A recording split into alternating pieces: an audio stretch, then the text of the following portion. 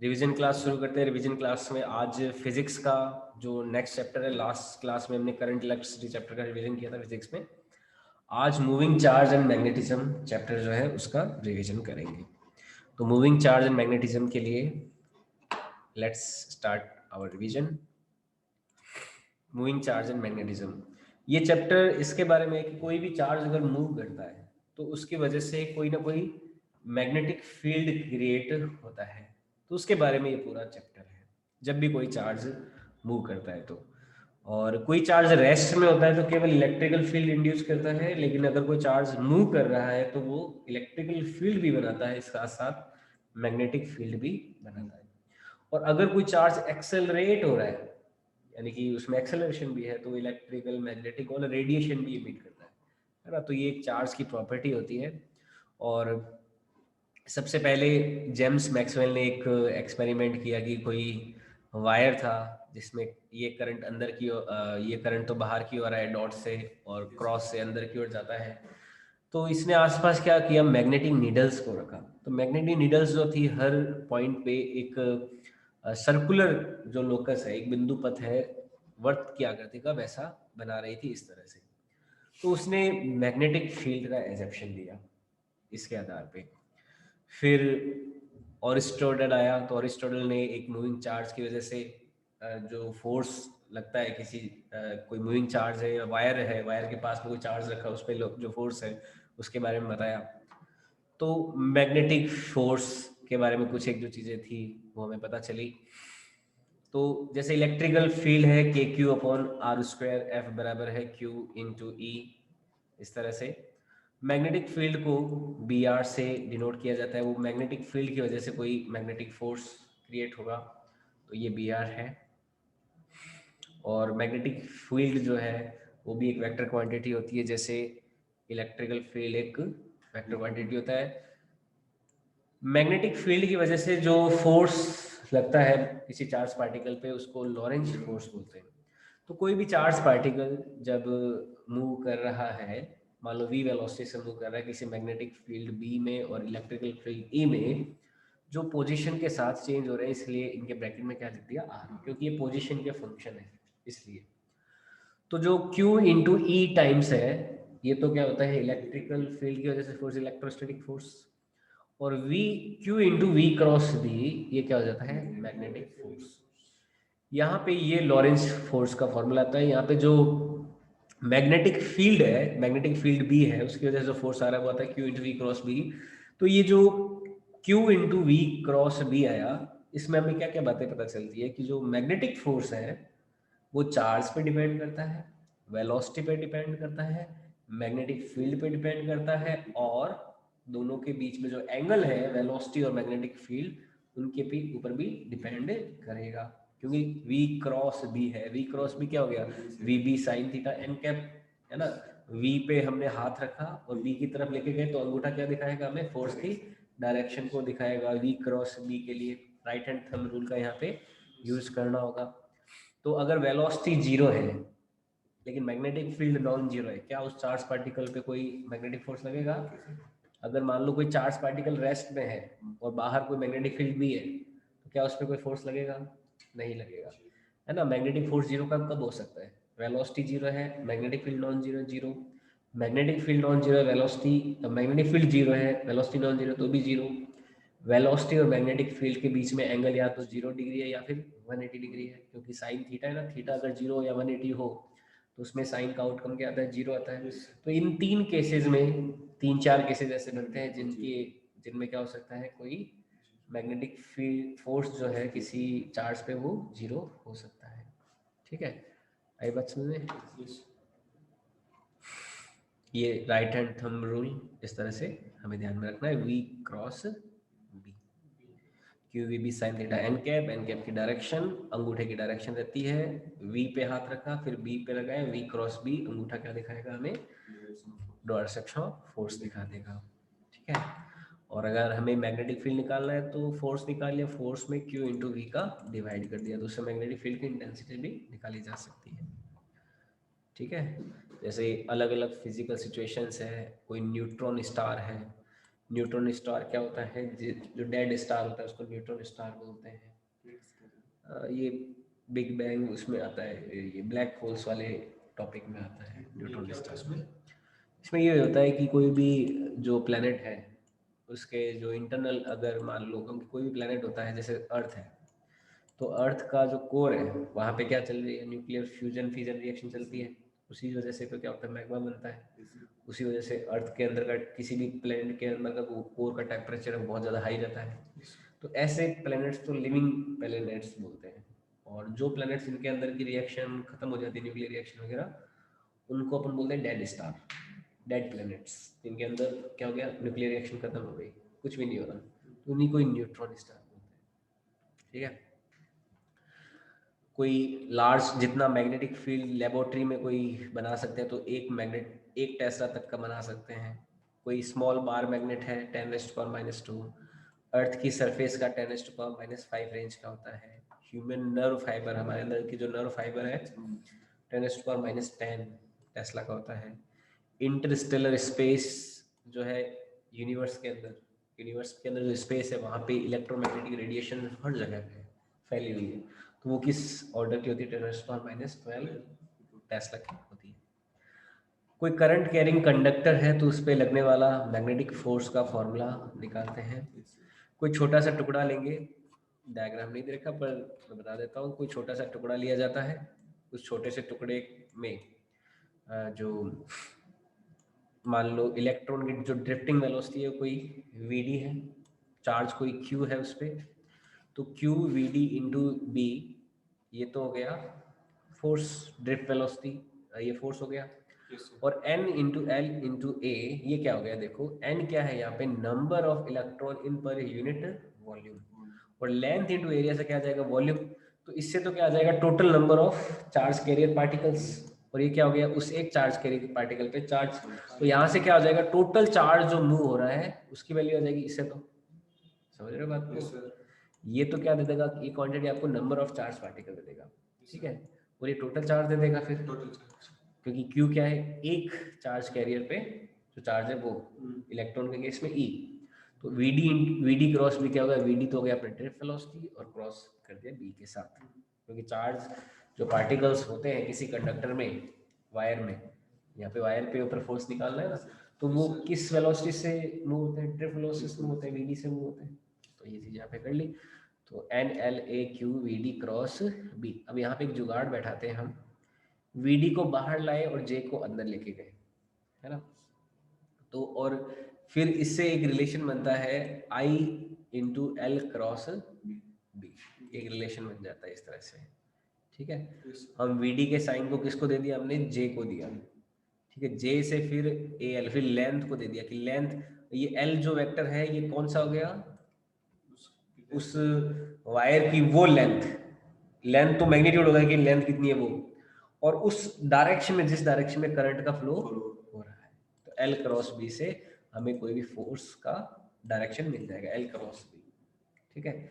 इसमें मैं left hand right hand rule वगैरह ना बता के, केवल आप ये फॉर्मूला बेसिस पे निकालो। हमेशा क्रॉस प्रोडक्ट के लिए राइट हैंड थंब रूल जो होता है उसको उपयोग में लो, एल क्रॉस बी, तो आपको फोर्स की डायरेक्शन मिल जाएगी, एल क्रॉस बी करना है आपको, ठीक है।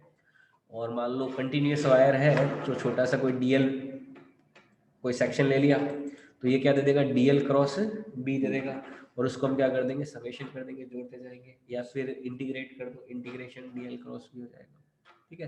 तो इस फॉर्मूले से फोर्स आ जाएगा किसी वायर पे।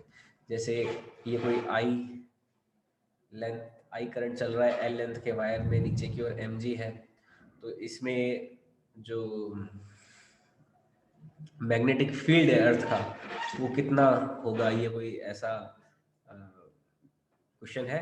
तो आई इंटू एल क्रॉस बी किया तो आई एल बी, या फिर बिल की तरह याद रखना है, तो बिल बराबर क्या हो गया, एम जी के, ठीक है। तो यहाँ से बिल की बी की इंटेंसिटी आ जाएगी M G upon I L. ये वायर है कोई, इस वायर में आई करंट चल रहा है, मैग्नेटिक फील्ड मान लो अर्थ का है कोई बी है, या फिर कोई जनरल मैग्नेटिक फील्ड है बी। तो बी कुछ इस तरह से है कि वायर जो है सस्पेंडेड रहता है एयर में। देखो एल क्रॉस बी क्या होगा, एल तो ये हो गया इस साइड में, और बी अंदर की ओर, एल क्रॉस बी, तो फोर्स की डायरेक्शन क्या हो जाएगी इस वायर पे? मैग्नेटिक फोर्स की डायरेक्शन ऊपर की ओर हो जाएगी। क्रॉस बी ये वायर से इधर जा रहा है ना वायर में करंट, हाँ, और मैग्नेटिक फील्ड अंदर की ओर देखिए यहाँ पे क्रॉस लगा हुआ है ना, तो अंदर की वजह से थोड़ी अंदर, ये इस अंदर इनसाइड द प्लेन ऐसे जा रहा है, इधर इधर जा रहा है। अर्थ का मैग्नेटिक फील्ड इधर ही तो होता है हॉरिजॉन्टल डायरेक्शन में, इस केस में अंदर की जा रहा है अपने अपन देख रहे हैं। तो एल क्रॉस बी यानी कि इस पे फोर्स कहाँ लगेगा? ऊपर की ओर लगेगा। तो ये नीचे की ओर एम जी के बराबर कर दिया, क्योंकि सस्पेंडेड तभी रह सकता है, तो इसको बराबर कर दिया। तो इससे बी का इंटेंसिटी निकाल लिया, इतना मैग्नेटिक फील्ड रिक्वायर्ड होगा। ओके,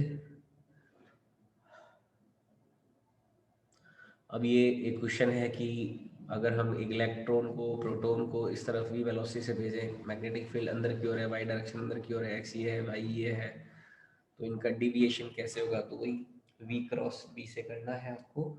और ये पॉजिटिव चार्ज के लिए तो सही है, नेगेटिव के लिए उल्टा लेना है ना, कि वो माइनस आ जाएगा नेगेटिव चार्ज के लिए। जैसे इस केस में v क्रॉस v, v इधर की ओर हो गया, b अंदर की ओर हो गया, तो प्रोटॉन तो ऊपर की ओर डिविएट होगा पॉजिटिव जेड एक्सिस की तरफ, और इलेक्ट्रॉन किधर होगा? नेगेटिव जेड एक्सिस की तरफ। आई बात समझ में? Yes sir.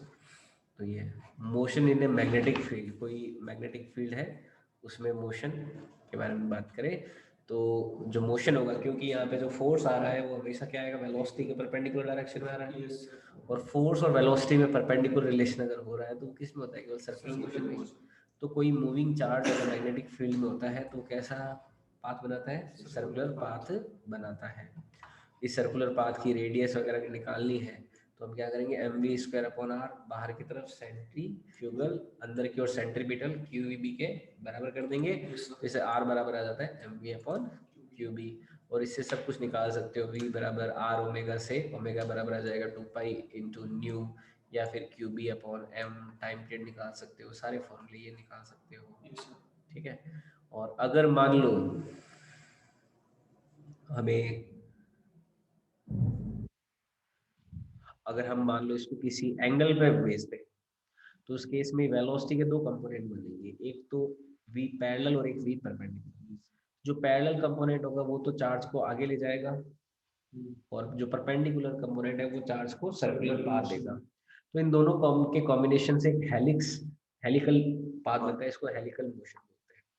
तो इस हेलिकल मोशन में एक रिंग की दूसरे रिंग से जो डिस्टेंस होती है वो पिच कहलाती है, और इस हेलिकल स्प्रिंग जैसी स्ट्रक्चर होती है, इसकी जो रेडियस है वो रेडियस ऑफ हेलिक्स हो जाएगी। तो इस पिच को निकालने के लिए क्या करते हैं हम? जो वी पैरेलल है उसमें एक पूरा चक्कर लगाने में जो टाइम लगता है उसका मल्टीप्लाई कर देते हैं, तो वी पैरेलल इंटू टी।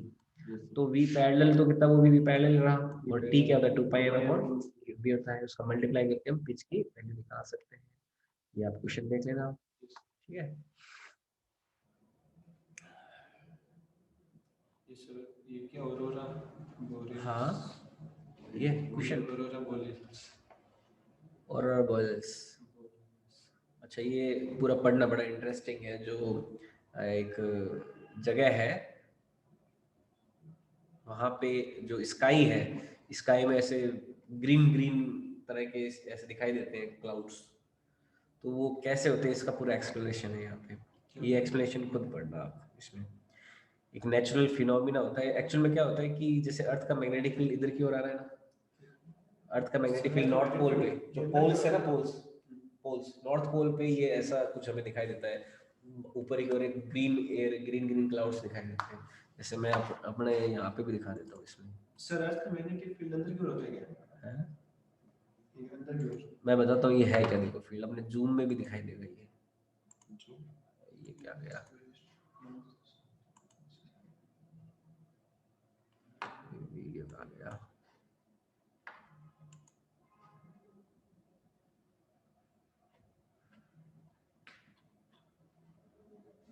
जैसे बैकग्राउंड में एक ये है ना, ये ग्रीन लाइट्स, ये स्काई देख रहे हो, ये सब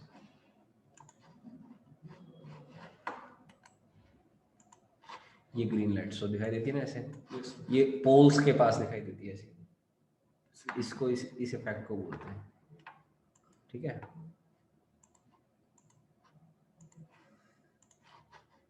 वापस लेता हूँ। तो ये पोल्स के पास ये चार्ज जो होता है सारा का सारा, जो अर्थ के आयंस जो होते हैं, जो आयंस होते हैं ना एटमॉस्फेयर के आयंस, तो चलते चलते चलते चलते वहाँ पे नॉर्थ पोल में ऐसे चले जाते हैं ऐसे, तो उनके बीच में इंटरेक्शंस होते हैं, इलेक्ट्रॉन जो है एक एनर्जी लेवल से दूसरे एनर्जी लेवल शिफ्ट होता है, तो वो कलर इमिट करते हैं ये आयंस, तो इस वजह से ग्रीन स्काई दिखाई देता है। तो ये पूरा एक्सप्लेनेशन इस चीज़ का यहाँ पे। सर वो हरा ही क्यों होता है? हरा अपन ने CFT पढ़ी, crystal field theory, particular electron की जंपिंग उसी रेंज में आ रही है ग्रीन कलर में, इलेक्ट्रॉन की जंपिंग जो एटमॉस्फेयर में आयन है उनको देखते हुए, तो उस वजह से ग्रीन कलर का एमिशन हो रहा है। ठीक है, इलेक्ट्रिक और मैग्नेटिक फील्ड में कंबाइंड मोशन में वही Q into E vector plus V cross B इस तरह से रहेगा। ठीक है, और अगर मान लो चार्ज बिना डिफ्लेक्ट हुए जा रहा हो तो इस तरह से क्या होगा, QE बराबर QEB, उस केस में वेलोसिटी क्या हो जाएगी, E अपॉन B के बराबर हो जाएगी। नेक्स्ट एक साइक्लोट्रॉन डिवाइस होती है। इस साइक्लोट्रॉन डिवाइस में क्या करते हैं, एक अल्टरनेट AC करंट का हम लगाते हैं सोर्स, जो क्या करता है इन दोनों डीज के बीच में मैग्नेटिक फील्ड को डायरेक्शन को स्विच करता रहता है। तो यहाँ पे पार्टिकल यहाँ पे एक्सेलरेट करेगा, फिर यहाँ पे आएगा तो फिर यहाँ पे एक्सेलरेट करेगा, तो ऐसे घूमता रहेगा घूमता रहेगा घूमता रहेगा, और जो कोई भी चार्ज पार्टिकल है वो बहुत बढ़िया एक्सेलरेट हो जाएगा जितना एक्सेलरेट करना चाहते हैं, और यहाँ जैसे जैसे एक्सेलरेट होगा उसकी रेडियस भी बढ़ेगी, रेडियस बढ़ के यहाँ से फिर वो एग्जिट ले लेगा। ठीक है, तो V की वैल्यू जो होगी जब एग्जिट लेगा वो QB/R/m हो जाएगी। R क्या होगी, साइक्लोट्रॉन की रेडियस होगी। ठीक है, और उसकी काइनेटिक एनर्जी हाफ mv² निकाल दिया तो तो ये साइक्लोट्रॉन का प्रिंसिपल होता है और उसका वर्किंग होता है, और इंडिया में भी एक्सेलरेटर पाया जाता है, ये पूरा देख लेना। Magnetic field due to a current element by Savart law. Sir इससे फिर क्या होगा, किससे, वो इलेक्ट्रॉन से ज्यादा करंट होगा? नहीं, उसमें अपन चार्ज आयन की बीम बना ली एक तरह से जो बहुत तेजी से बाहर निकल रही है, और फिर उससे हाई एनर्जी बीम है, उससे अपन एक्सपेरिमेंट करते हैं उसमें क्या एक्सपेरिमेंट्स में यूज होते हैं, उससे हम लेजर बीम्स बना सकते हैं, हाई एनर्जी बीम्स है ये, उससे हम ये आपका आपने जो पढ़ा था ये महा प्रयोग हो रहा था, महाप्रयोग ऐसे 27 किलोमीटर की टनल वाला ही सुनने में पहले बहुत पहले चलता था, जिसमें बोसोन पार्टिकल्स को कोलाइड, मतलब दो प्रोटॉन्स को कोलाइड कराते हैं, है ना, दो प्रोटॉन्स को कोलाइड कराना है अगर मान लो, क्योंकि हम प्रोटॉन को ब्रेक करना चाहते हैं, तो एक प्रोटॉन को दूसरे प्रोटॉन से कैसे कोलाइड कराएंगे, मतलब थोड़े ऐसे नॉर्मली कोलाइड किया तो क्या कुछ नहीं होगा, पर हाई एनर्जी प्रोटॉन को कोलाइड कराना है और हमें देखना है कि उससे क्या बनता है रिसर्च के लिए, तो उनको साइक्लोट्रॉन में डालेंगे, एक प्रोटॉन उस साइक्लोट्रॉन से आएगा, एक प्रोटॉन उस साइक्लोट्रॉन से आएगा, दोनों एकदम कोलाइड करेंगे, बच्ची बोलेगा मजा आएगा, फटाक बोल जाएगा। तो इस तरह के एक्सपेरिमेंट और वगैरह करने के लिए क्या है कि साइक्लोट्रॉन्स यूज होते हैं, बहुत कुछ पता चलता है, एलिमेंट्री पार्टिकल कितने लगभग, प्रोटॉन न्यूट्रॉन और ये इलेक्ट्रॉन, ये तो कुछ ही नहीं है, तो बोसोन म्यूऑन कई तरह के होते हैं, लगभग 16 तरह के एलिमेंट्री पार्टिकल पाए जाते हैं, उससे भी कई तरह के और भी पाए जाते हैं, तो ये सारी कोलाइड करा करा के एक्सपेरिमेंट से पता चले। ठीक है, तो बायोसॉर्ट का लॉ क्या है, करंट कैरिंग वायर है, इसका छोटा सा डीएल टुकड़ा लिया, तो इस डीएल टुकड़े की वजह से जो मैग्नेटिक फील्ड होगा वो कितना हो जाएगा, μ0/4π ideal cross r/r3। Yes sir. ठीक है, या फिर ideal sine theta upon r² μ0/4π, और अगर हमें मान लो पूरे वायर की वजह से निकालना है तो इंटीग्रेशन करते जाएंगे और उससे आ जाएगा। μ0/4π क्या है, 10⁻⁻7 इसकी वैल्यू होती है, टेस्ला मीटर पर एम्पियर। इसको परमिबिलिटी ऑफ फ्री स्पेस और वैक्यूम, परमिबिलिटी होती है, इलेक्ट्रोस्टैटिक में क्या होता है, परमिटिविटी होती है। ठीक है, तो दोनों लॉन्ग रेंज होते हैं, ये सारे पॉइंट्स हैं इलेक्ट्रिकल फील्ड और मैग्नेटिक फील्ड में, दोनों ही इसके दोनों का जो सोर्स होता है वो स्केलर होता है ना, इलेक्ट्रिकल चार्ज तो स्केलर ही होता है, तो दोनों का सोर्स स्केलर होता है, लेकिन दोनों खुद वेक्टर क्वांटिटी होती है, लॉन्ग डिस्टेंस वाली होती है। ठीक है, और इलेक्ट्रिकल फील्ड तो क्लोज लूप नहीं बनाती, मैग्नेटिक फील्ड हमेशा क्लोज लूप बनाती है।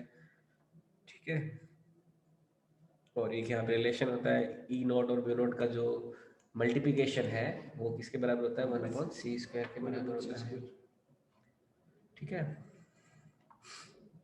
ये एक कोई क्वेश्चन है, कोई छोटे से डेल्टा L बराबर डेल्टा XI जो है एलिमेंट का, वो चार्ज कैरी कर रहा है 10 एम्पियर का, तो what is the magnetic field on y axis at 0.5 metre पे, यहाँ पे मैग्नेटिक फील्ड निकालना है।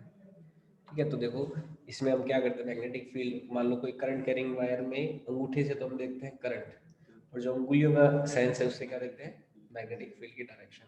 जैसे इसमें करंट इधर जा रहा है तो मैग्नेटिक फील्ड क्या होगा, ऊपर की ओर होगा ना, इस पॉइंट में ना, तो बाहर की ओर होगा तो डॉट लगा दिया, अंदर की ओर होता तो क्रॉस लगा देते हैं। सर अगर मैग्नेटिक फील्ड इधर हो तो ये से आ सकता है करंट, मैग्नेटिक फील्ड ये अंदर की साइड हो। मैग्नेटिक फील्ड अंदर की साइड हो, अच्छा वो तो क्लोज लूप डिफरेंस। ठीक है, ये राइट हैंड रूल यूज होता है। Yes sir. थंब की डायरेक्शन तो करंट की डायरेक्शन है वायर में, और अंगुलियों का जो सेंस है ना, रोटेशनली सेंस, मैग्नेटिक फील्ड वो मैग्नेटिक फील्ड के डायरेक्शन को दिखाता है। Yes sir. ठीक है, ये क्वेश्चन इस तरह से आप देख लेना।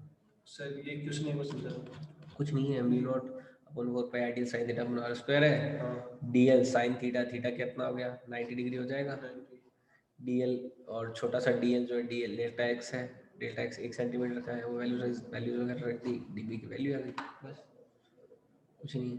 और हमें क्रॉस प्रोडक्ट करके अगर डायरेक्शन निकालनी है तो वो भी निकाल सकते हो, dl क्रॉस r, dl क्या हो गया delta x i cap, r क्या हो गया y j cap, j cap direction में, तो i क्रॉस j क्या होता है, k होता है। Yes sir. तो क्रॉस प्रोडक्ट करोगे तो भी डायरेक्शन आ जाएगी सीधी, या फिर अपने हाथों से देख लो, ठीक है, हार्ट वाले मूवमेंट से देख सकते हो। Yes sir. ओके, अब वही सर्कुलर लूप है तो उसके एक्सिस पे मैग्नेटिक फील्ड हमें पता लगाना है, ऐसे कोई सर्कुलर लूप है, ठीक है, ये dl है, इधर dl है, ये r पोजीशन पे, सेंटर से x पोजीशन पे कोई p पॉइंट पे हमें मैग्नेटिक फील्ड पता लगाना है। तो यहाँ पे कोई छोटा सा dl टुकड़ा लिया, इस dl टुकड़े में देखो ये रिंग ऐसी है, तो ऐसे करंट चल रहा है, तो इस dl टुकड़े में करंट ऐसे चल रहा है, तो यहाँ पे मैग्नेटिक फील्ड क्या होगा, बाहर की ओर होगा, ऐसे ऐसे करोगे तो ऐसे लूप बनाएगा ना, तो ये बाहर की ओर होगा ऐसे, यस सर। और नीचे वाला जो होगा वो नीचे की वाला अंदर की ओर ऐसे होगा, यस सर। ठीक है। तो इन दोनों के जो साइन थीटा के कंपोनेंट है वो तो कैंसिल आउट हो जाएंगे, और कॉस थीटा के कंपोनेंट जुड़ जाएंगे, ठीक है।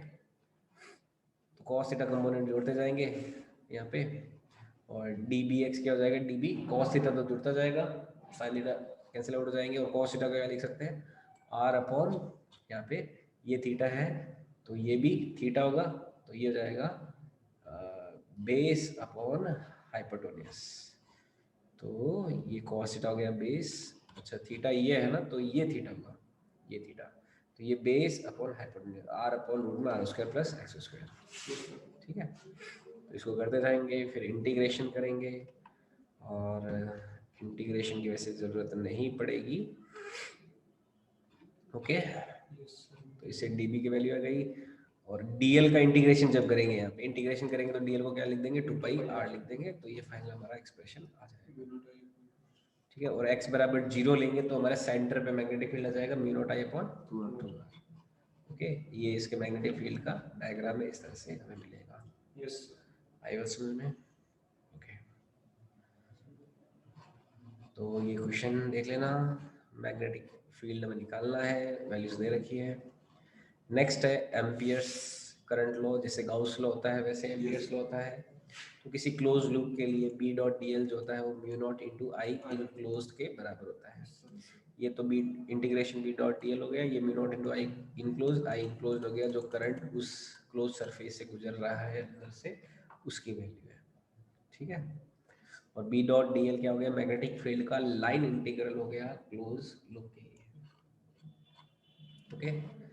और बी की डायरेक्शन लेने के जो रूल्स है, टेंजेंशियल डायरेक्शन में लेना है लूप की, और नॉन जीरो कांस्टेंट होता है, लूप के नॉर्मल में होता है, या फिर बी खत्म सा हो जाए, इस तरह से हमें कुछ लेना है। तो जैसे एक कोई करंट के रिंग वायर ही लिया, उस वजह से मैग्नेटिक फील्ड निकालना है, तो उसके साथ उसके हमने एम्पियर्स लूप कैसे माना, एक सर्कुलर रिंग मानी उसके सराउंडिंग में, तो उसका पाथ इंटीग्रल क्या हो गया, B into 2 pi are is equal to कितना हो जाएगा, mu naught into I, B कितना हो जाएगा, mu naught I upon 2 pi R, इससे वैल्यू आ गई, ठीक है। Yes sir. सिलेंड्रिकल सिमेट्री वगैरह ली तो ये इससे आ जाता है, ओके। यहाँ पे कोई करंट जा रहा था, उस वजह से कोई आर डिस्टेंस पे हमें मैग्नेटिक फील्ड निकालनी है, तो वही B into 2 pi are is equal to mu naught I, तो बी नॉट आ गया mu naught I upon 2 pi r. तो इस तरह से ये क्वेश्चन भी देख लेना, बहुत आसान सा होता है ये भी, एम्पियर्स लॉ, ठीक है। Next solenoid and toroid. तो सोलेनॉइड और टोरॉइड भी इसी प्रिंसिपल पे बेस्ड होते हैं। सोलेनॉइड तो होता है एक कोई ट्यूब होता है, ट्यूब के ऊपर वायर्स लपेटे हुए होते हैं, तो उसके सेंटर में हमें क्या मिलता है, एक यूनिफॉर्म मैग्नेटिक फील्ड मिलता है, ठीक है। और इसमें हम एम्पियर्स लॉ लगाते हैं बहुत बढ़िया तरीके से, जिसकी वैल्यू क्या आ जाती है फाइनल म्यू नॉट एन आई आ जाती है मैग्नेटिक फील्ड इन सोलेनॉइड। और टोरॉइड ये होता है एक सर्कुलर एक रिंग होती है जिसमें हॉलो होती है अंदर से पार्ट, उस पर वायर लपेटा रहता है, तो उसमें एक सर्कुलर मैग्नेटिक फील्ड क्रिएट होता है और उसकी वैल्यू भी लगभग ऐसी आती है म्यू नॉट एन आई आती है ना। इसमें भी ऐसे ही आते हैं म्यू नॉट एन आई। और स्मॉल एन क्या होता है, ये number of turns per unit length, एक यूनिट लेंथ में नंबर ऑफ टर्न्स, ठीक है। और ये एक मैग्नेटिकल कॉन्फिनेमेंट होता है जिसमें अपन यहाँ से कोई मैग्नेटिक फील्ड निकला, यहाँ से मैग्नेटिक फील्ड निकला, तो एक मैग्नेटिक फील्ड का डिक्रीजिंग से इंक्रीजिंग वापस फिर डिक्रीजिंग एक कन्फाइनमेंट क्रिएट करते हैं, ठीक है। तो ये एक मैग्नेटिक कन्फाइनमेंट बोलते हैं। कन्फाइनमेंट मतलब एक फील्ड क्रिएट किया, इंक्रीजिंग डिक्रीजिंग से इंक्रीजिंग फिर वापस डिक्रीजिंग। फिर इससे क्या हुआ? अलग अलग एक्सपेरिमेंट्स में यूज होता है। हम चार्ज के पाथ के एनालिसिस के लिए मैग्नेटिक फील्ड के तो बहुत सारे एक्सपेरिमेंट है। जो बुलेट ट्रेन है पूरी मैग्नेटिक फील्ड पे डिपेंड है। मैग्नेटिक फील्ड जो लाइंस है ना कई तरह की बनती है। एक वीडियो है मैग्नेटिक फील्ड के बारे में बुलेट ट्रेन का, मैं वो शेयर करूँगा, वो देखना। उसमें मैग्नेटिक फील्ड टाइप्स बनती है, मतलब लहरों जैसी मैग्नेटिक फील्ड बन सकती है, लीनियर मैग्नेटिक फील्ड्स बनती है, अलग अलग तरह के मैग्नेटिक फील्ड बनते हैं। जैसे बुलेट ट्रेन होती है तो उसमें लीनियर मैग्नेटिक फील्ड बनता है जो बुलेट ट्रेन को एकदम आगे की तरफ लेके जाता है। बुलेट ट्रेन के पहिए नहीं होते, पता होगा। यस तो एक मैं आपको वीडियो बताऊंगा। दो पैरेलल करंट वायर है, उनके बीच में फोर्स, तो उसकी वैल्यू आती है, एक पे कोई छोटा सा टुकड़ा लिया, दूसरे पे फोर्स निकाला, दूसरे पे छोटा टुकड़ा लिया, फोर्स निकाला, तो इसकी वैल्यू आती है म्यू नॉट आई ए आई बी अपॉन 2 पाई डी इंटू एल। एल क्या होगी, दोनों की कॉमन लेंथ हो गई, ठीक है। और दोनों में इक्वल एंड अपोजिट फोर्स होता है। वायर्स के दोनों वायर्स में अगर सेम डायरेक्शन में करंट बह रहा हो तो फोर्स कैसा होता है, क्या? फोर्स अट्रैक्शन होता है रिपल्शन होता है। सेम डायरेक्शन में अट्रैक्शन है रिपल्शन, और अपोजिट डायरेक्शन में रिपल्शन, पक्का।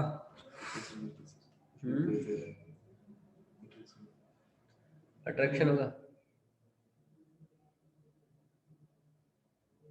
बिल्कुल सेम डायरेक्शन में अट्रैक्शन होता है, अपोजिट डायरेक्शन में रिपल्शन। ओके, देखो ये हो गया करंट, ये मैग्नेटिक फील्ड, इस पे इधर बी अंदर की ओर, वी इधर, वी क्रॉस बी इधर अट्रैक्शन, ठीक है। आई समझ बात।